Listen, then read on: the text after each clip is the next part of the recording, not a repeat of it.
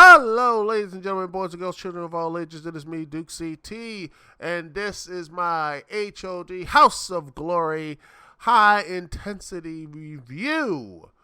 And man, I haven't watched HOG House of Glory in a while, and I saw one big match, Eddie Kingston versus Naomichi Marufuji, and I was interested after that. Let me just take a look at that. And then I saw another match, Jacob Fatu versus Brody King for the HOG Heavyweight Championship tournament finals, which I'm really interested in that. So this is my 2-match card here. This is pretty much my 2 matches, and I can wait to see. Hopefully they did not disappoint.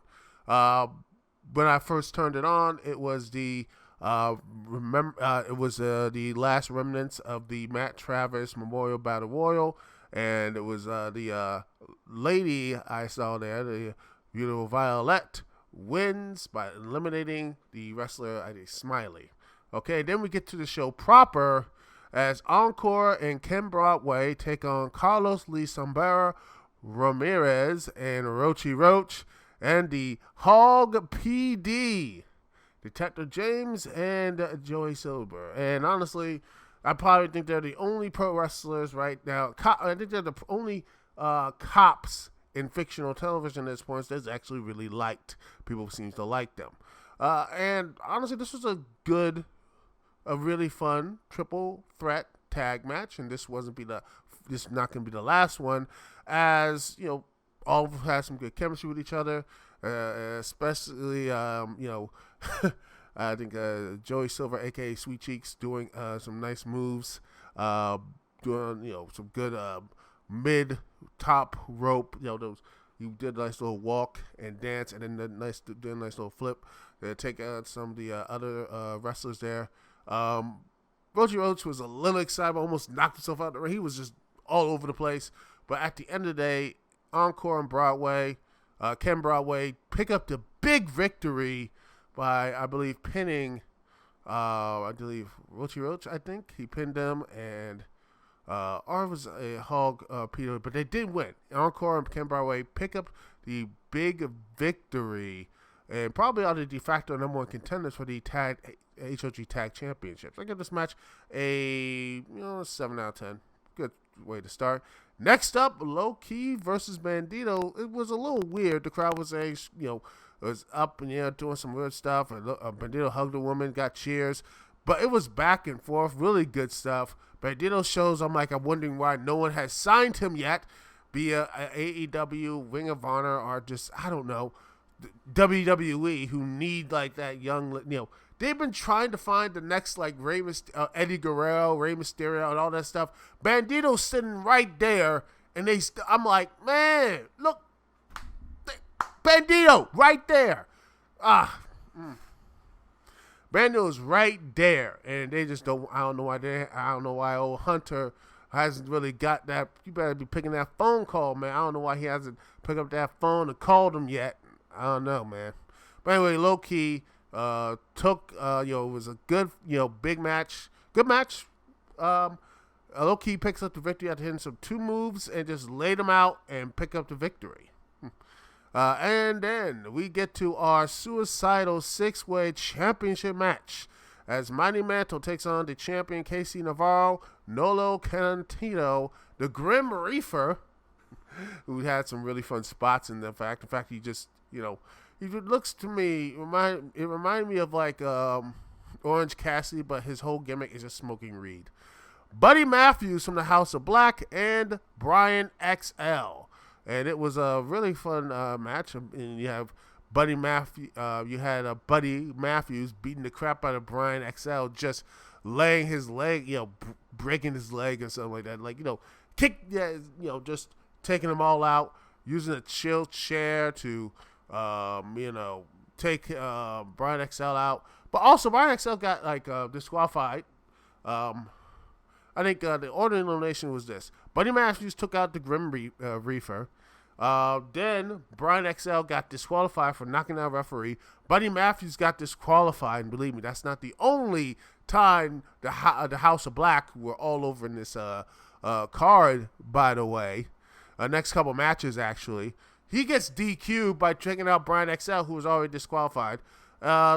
Takes out everyone. Then you have, I believe, Manny Manto took out Nolo Cantaro, and then he lost his mask, and then Casey Navarro, and he beats Casey Navarro, pins him victory, and he puts his mask back on, since he's a superhero and all that stuff, saying, please don't tell everybody and everything else. Sorry, buddy, it's on, the internet, so everything on the internet, stays on the internet. So, but hey, he's the champion, so huzzah. Next up, we have the HOG House of Glory Heavyweight Championship Tournament Finals. Jacob Fatu versus Brody King. And I'm like, ooh, this is going to be good. This is going to be great. And it started off some good stuff. Big boys doing big boy things. Just big men slapping meat. That was pretty much the match. It was starting to get good. And then, Brody King picked up a chair and he smashed Jacob Fatu. And then the brawl kept going. And then they said, that's right, demo disqualification. Yay! And then, next thing you know, Malachi Black shows up, and then, they tag Jacob Fatu, and then Amazing Red shows up, and then, guess what? It becomes a tag team match, player. So, it became the Kings of the Black Throne, Malachi Black and Brody King, taking on Jacob Fatu and Amazing Red. Fun tag match. I mean, Amazing Red looked really good for his age. He looks really good. Jake Fatu did some really good stuff as well. Brody King did great stuff. Malachi Black did great stuff as well. And then the match looked like it was going to be over. And then after Amazing Red hit the code red from the second top row on Brody King, it looked like it was going to be over. But then, Buddy Matthews shows up and causes a disqualification. Oh, sweet Lord. Not one, but twice, but thrice, three. All three members of the House of Black got DQ'd tonight. Oh, my Lord. I am, wow. Oh, my goodness. Man, that is, what would you call that, man? What do you call that? I mean, what do you call that type of... there's no words for this, man. I'm like, this is hilarious.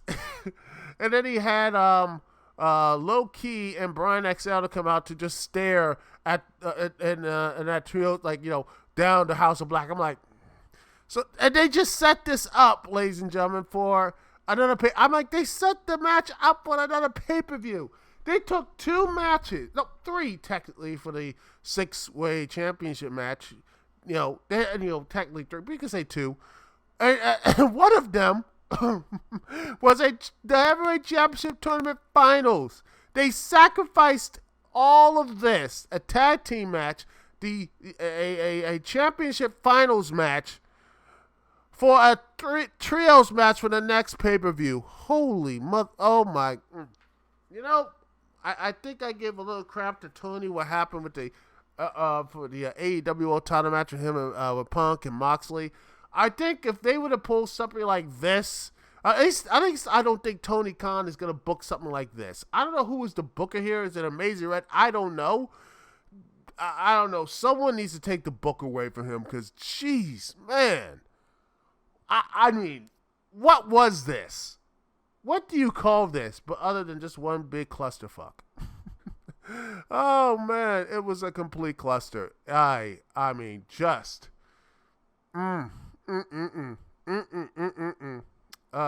Terrible. And then they had an intermission. And then after that, we get our Crown Jewel Championship match. Charles Manson, the most evil man who, this his rich psychopath killer, taking on Joey Janela. And it was a good match, but again, those matches previously, had that bad taste in the match, bad taste in my mouth. But they did their best. Joey Janela and them had some decent chemistry, but, they had to, you had Kent Broadway coach showed up after the referee was down, and then he hit, Charles Manson with a huge kick, and hopefully thought Charles Manson was going to lose the title, but no, he kicks out. Joey Janela, after he hits those 2 power drivers and with a chair in the ring. Of course, there was a chair in the ring, and that wasn't a disqualification for reasons, I guess. As Charles Manson picks up the victory and successfully defends his Crown Jewel Championship. I think this is going to lead to, I believe, Ken Broadway again fighting him for the title. But maybe they'll do a little bit of no disqualification match, but I give this like a 7 out of 10. By the way, those other matches though, I just like it was fine. The 6-way championship match, let's see, 7. Oh no, 6. And I am not getting any ratings to the heavyweight championship title match or the tag team match player. No ratings because it ended disqualification. Yeah.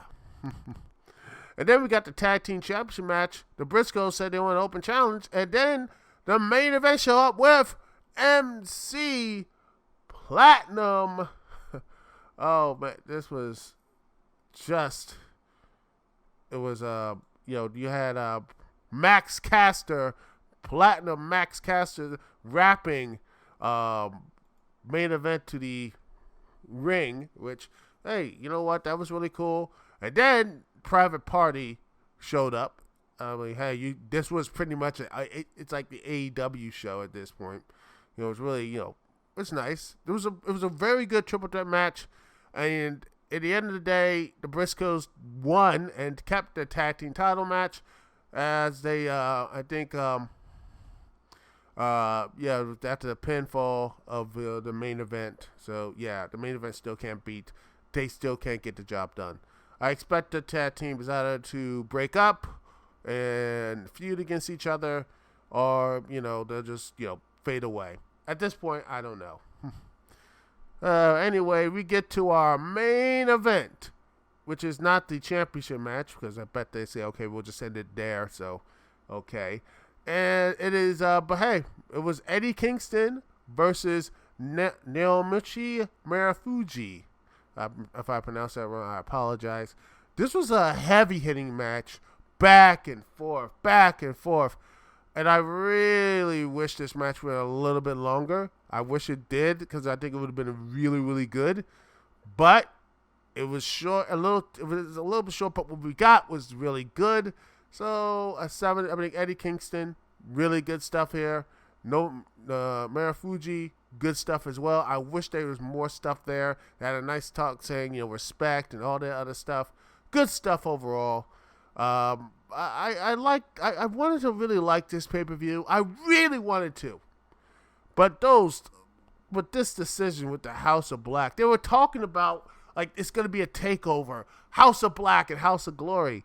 You would think that they should have, looked at this and said, hey, why not have, Buddy Matthews win the 6-way championship match? Why not have Malachi Black beat Amazing Red and have, Brody King take out Jacob Fatu and just have them be the ones standing over, have this dark cloud and build up to the, do a triple threat, do a trios match later on, and then have the 6-way, this stuff there, build up. And then, at the next pay-per-view, the next couple pay-per-views, have them lose, and then bam, there you go. I don't know what this is. It just seems like they're trying to have their cake and eat it too. But those 3 matches, I don't know what they were doing. I don't know what they were doing, ladies and gentlemen. This was terrible, terrible booking. And honestly, the only real match I would say if you want to look into and say, okay, if you got time to watch, would be Low Key versus Bandito. And by the way, after the Low Key Bandito match, fans threw money at it, money on the ring, which in this economy and everything else, no. I don't know why wrestling fans did that, by the way. I don't know why the hell you throwing money in the middle of the ring. Heck, even the economy is good, I'm not doing that. All right?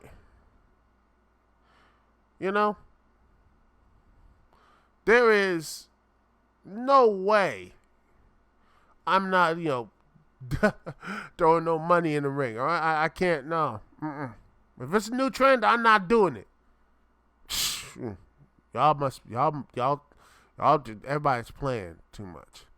Anyway, that's my review of House of Glory, High Intensity, more like mid intensity, and yeah, that's all I have to say for it.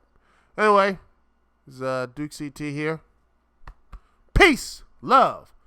I will see y'all when I see y'all later.